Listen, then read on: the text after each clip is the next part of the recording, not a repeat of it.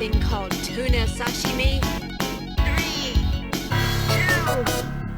1. Shantea and the Pirate's Curse. Hello guys, Toon here back again. This time I'm going to review Shantea and the Pirate's Curse.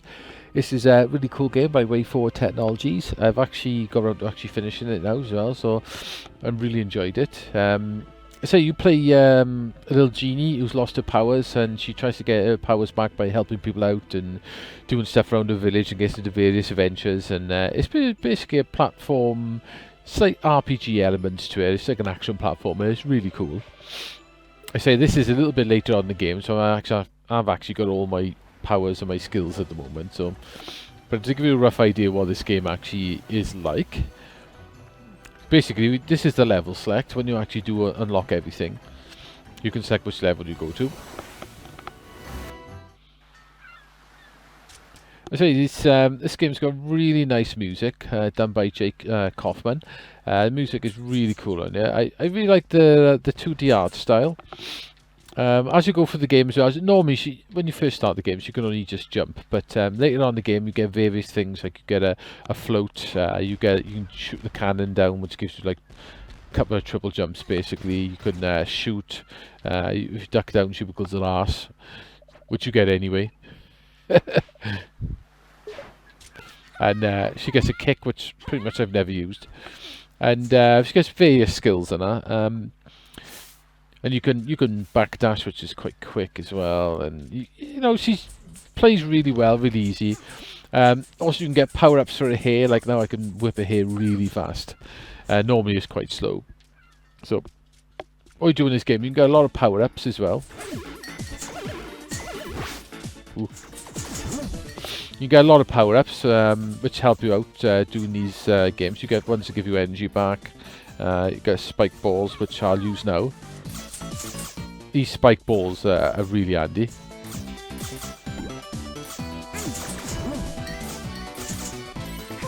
And basically, you work your way through the levels, fighting enemies as you go along and get into the certain bits. You've got to, like, a lot of the time you'll have to speak to certain enemies and then head back to the main hub level, and you just unlock stuff as you're going along.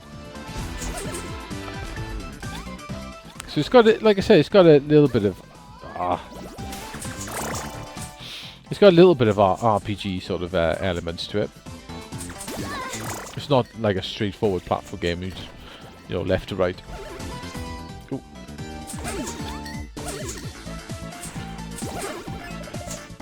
These things there, you can actually shoot them with your gun.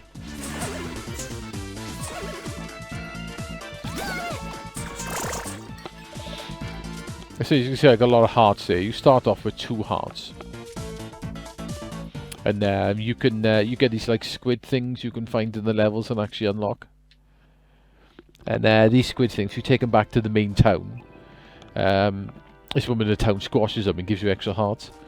So this is one of the dungeons. It's got the dungeons are quite well, they can be quite complicated. There's a lot of puzzles involved in them, and they're not just easy. I mean, there's a lot of things you've got to do in the dungeons and bosses. So they're pretty cool. As you would expect, the more you go through the game, the harder the dungeons actually get.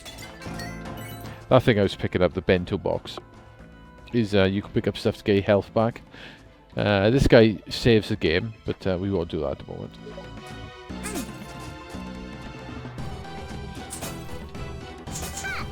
I say I've been here, so a lot of these levels are actually unlocked. What you normally got to do is find keys throughout these levels to unlock these doors. And the dungeons sort of play out section by section. You find more keys, you can unlock more doors, and you get towards the end. There's a lot of secrets in this game as well. A lot of stuff hidden behind doors. Like that was a bit of a secret there. You get a lot of keys and enemies and various things locked behind doors. This is one of the first sort of puzzles you hit in the game. You got to hit it behind that scenery. So if I try to jump into that, I can't actually get past it. The sort of jumping and the platform gets quite cunning later on as well.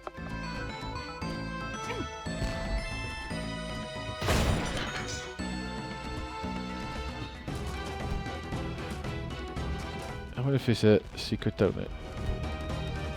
No, no secret down it. It says got some really cool bosses on this game as well. Some of the actual main story characters as well are quite funny.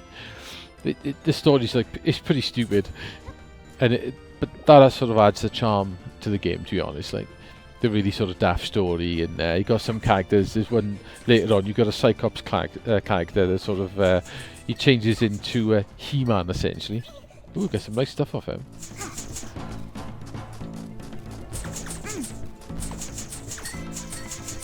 I wonder how long these things come out for. Didn't know you could hog so long on them.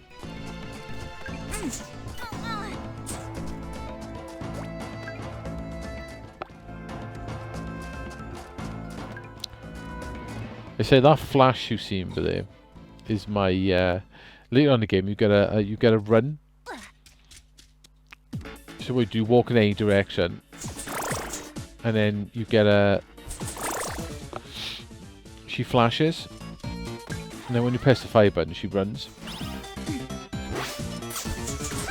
Which you pretty much you're invincible when she runs.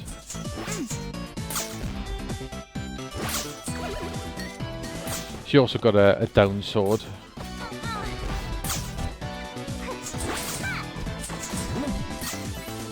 You can get power-ups to hair as well to make her hair more basically do more hits on the enemies.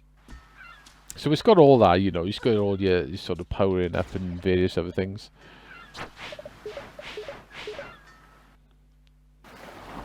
I say, sorry, I'm like not showing you any of the bosses because I'd have to start the game from the beginning, and it's gonna there's a lot of dialogue and stuff before you get the bosses to show you. So let's go to Tanline Island.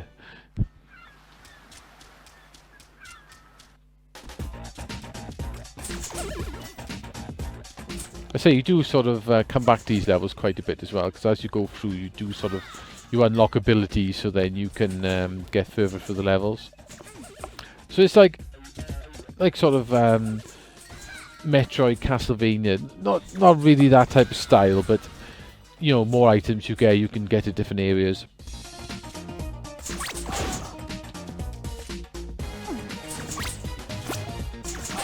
There's a secret up here which you need the run for.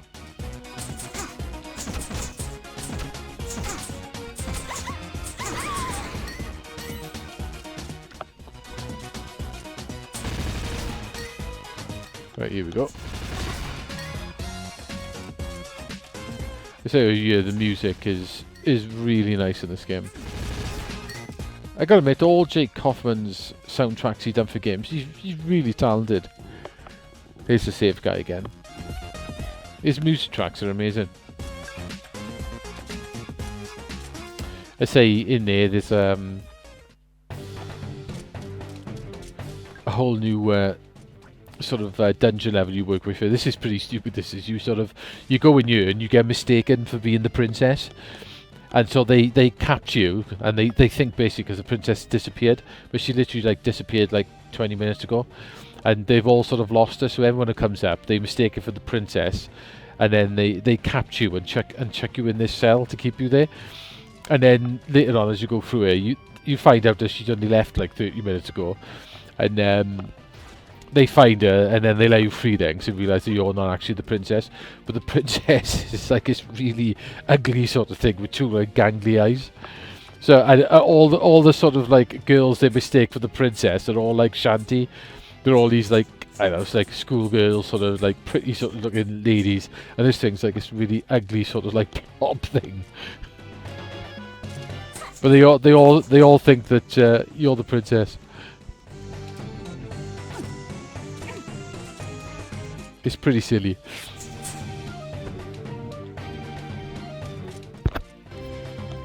I say this is sort of just giving you an idea of what the game is actually like.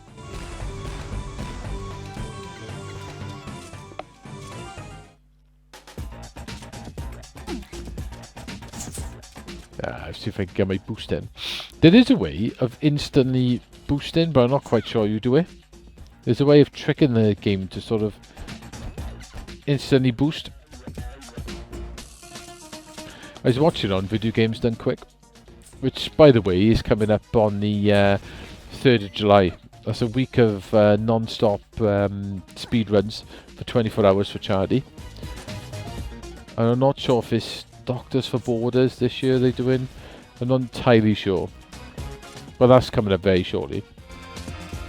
They normally do speed runs of this, and they're quite impressive. The game, like on a speed run, they managed to do it in literally about an hour. This is a secret area which you need the run for.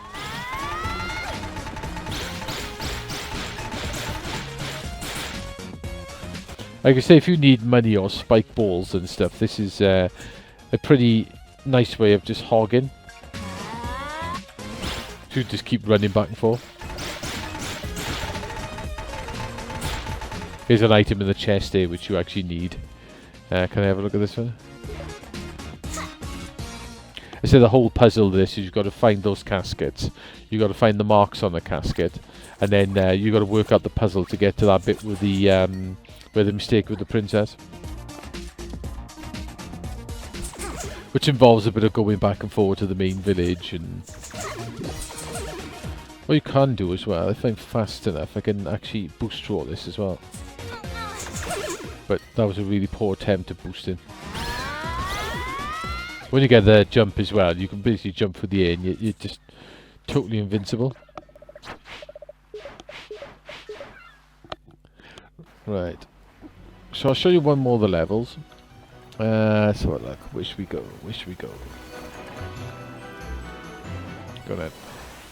I haven't collected all the red squid things you can see at the top. They're the ones that give you the health up, so it's a few of them I've missed, that's why I've only done it in 94%. What you got to do here is you either can run up these or you can double jump them. When I first got here, I couldn't actually get up them. So I was trying to sort of jump and float off them.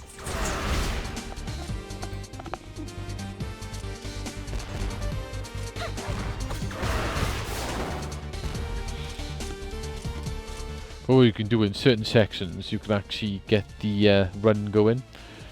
This bit for you, I had to get a cannon to shoot for you, long story. But there is actually like a dungeon down here.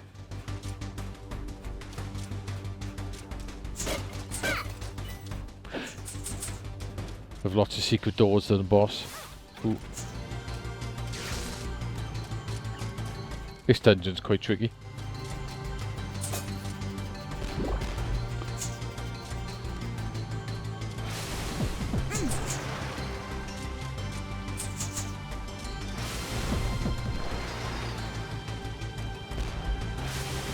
So you can see the sort of different mechanics they tend to use in these dungeons.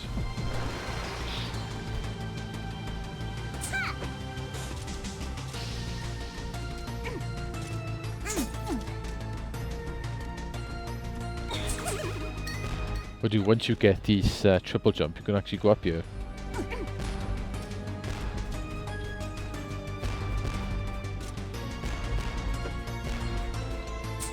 Get that key, as a key up there, which you need. What I found in this as well, to get a slightly higher jump, you can jump again, use your float, and then jump off the float. That gives you a little bit of extra height. Okay, this bit's quite tricky.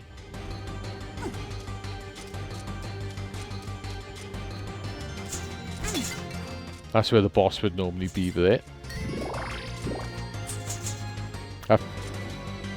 So, I think what we'll do, we leave the review here. I say this, unfortunately I couldn't really show you much of the way of sort of doing the bosses or some of the guys have already done them, but it'll give you a rough idea what the game is actually like. It's a really cool puzzle game, and like I said, it came out a few years ago. You can get it now on the PS4. I think you can get it on the 3DS. Well, you can definitely get it on 3DS. The Wii U. I think it's on Windows PCs. What else you can get? Xbox One is on, I think. What else? Possibly. Apparently it's on the Amazon Fire Stick TV thing as well. How you play that, I have no idea.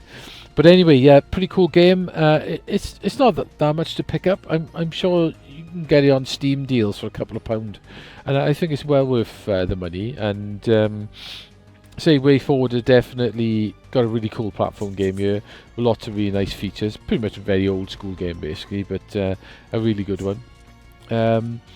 I really like it. I really enjoy playing through it. I think it's got really nice playability. It's got really good music, and it's a pretty cool game. And I think I'm going to give it 8 out of 10. So, if you like old school platform games and you've got a Wii U and you're after something a little bit different to Mario, or got a PS4 and you want something a little bit different, pick yourself up Shantea and the Pirate's Curse. It is a really cool game. Say, it is the third game in the series, mind. I think the first one was released on the Game Boy. The second one, I've actually got that on Steam, so you can definitely get that on PC. I think you can get it on various other things as well. I haven't actually played them ones, but I've only played this version. So yeah, give it a try. The other thing to say before I go as well, there is at E3 they did show a new Shantae game. So I don't know what that's about, but it's got 3D graphics, not 2D hand drawn. So I haven't actually seen it playing, but I know I'm going to keep an eye out for that because, say, Way Forward Technologies platform games are really cool. So I'm going to keep an eye out for that, and hopefully it's very good. So 8 out of 10, guys. Get yourself Shantae and the Pirate's Curse. You really enjoy it. So I'll catch you next time. Bye now.